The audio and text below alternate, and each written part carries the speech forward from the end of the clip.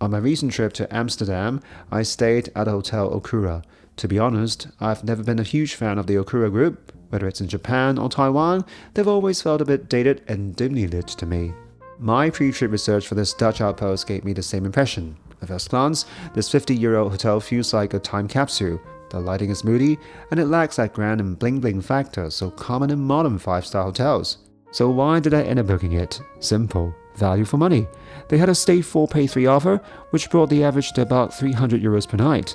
When you look at the Mandarin Oriental at 800 euros or the Waldorf Astoria hitting over 1,000 euros, choosing Okura was a smart move for the wallet.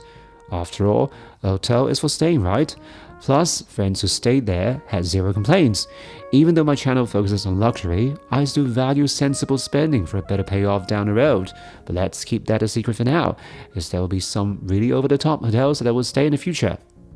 Once you step inside, you begin to see the brilliance of this hotel.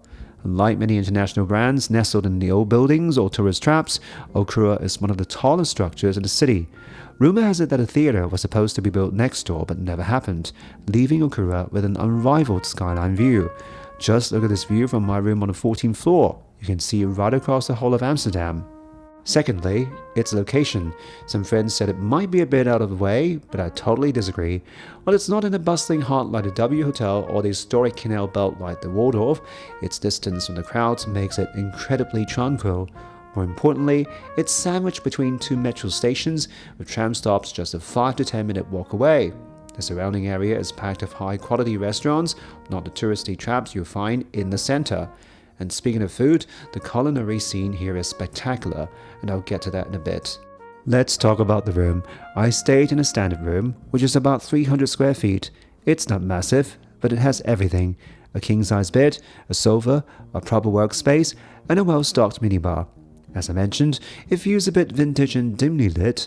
I found out later that while they renovated the suites and executive lounge between 2018 and 20, a design remains a very steady Wayo-Setchu. That means East meets West style, which is why the newness isn't immediately obvious. The bathroom is, as expected, featuring L'Occitane toiletries. No complaints there. Curiously, they provide bulk-sized dispensers of an unknown brand in the shower, but I'll stick with the L'Occitane. The real crown jewel of this hotel, however, is the gastronomy.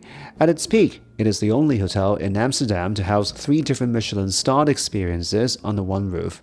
Even now, it boasts 2-starred restaurants, including Ciel Bleu, a 2-star French on the 23rd floor, which I'll show you later.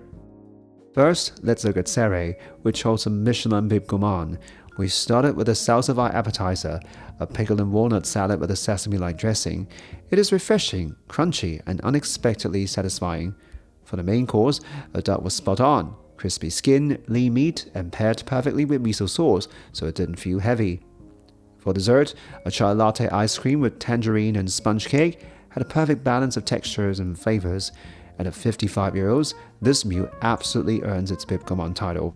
Now for the star of this hotel, I mean literally, because it's the 2 Michelin star Ciel Bleu.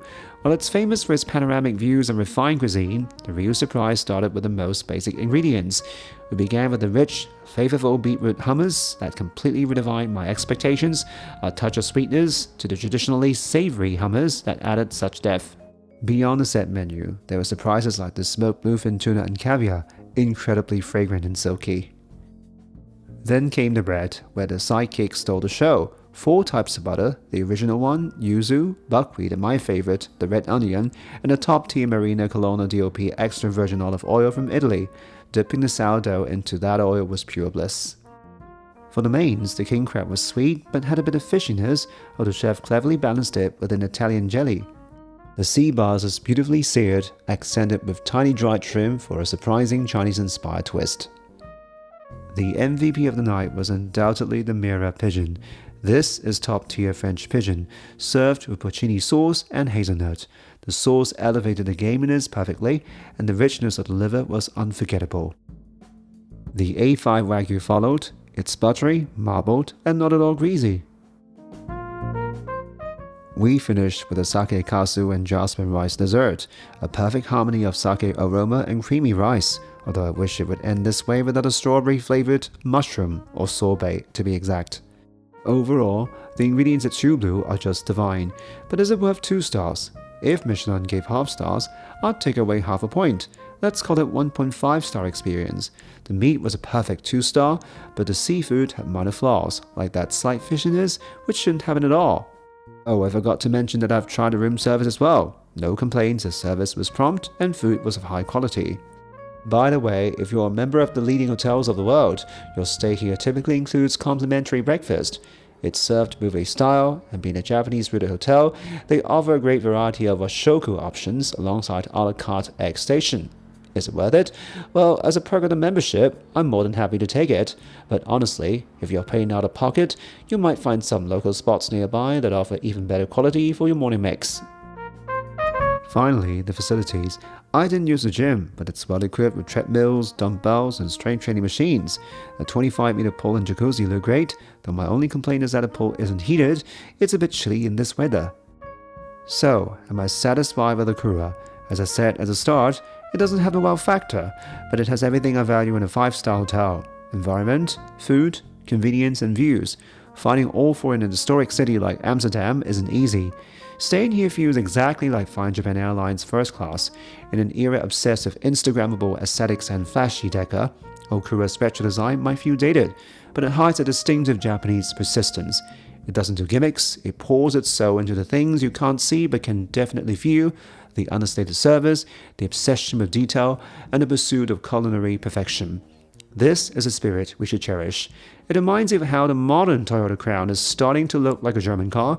The era of oriental luxury, with cabins so quiet your ears will ring and those signature red velvet seats, is slowly fading away as fewer people know how to appreciate it.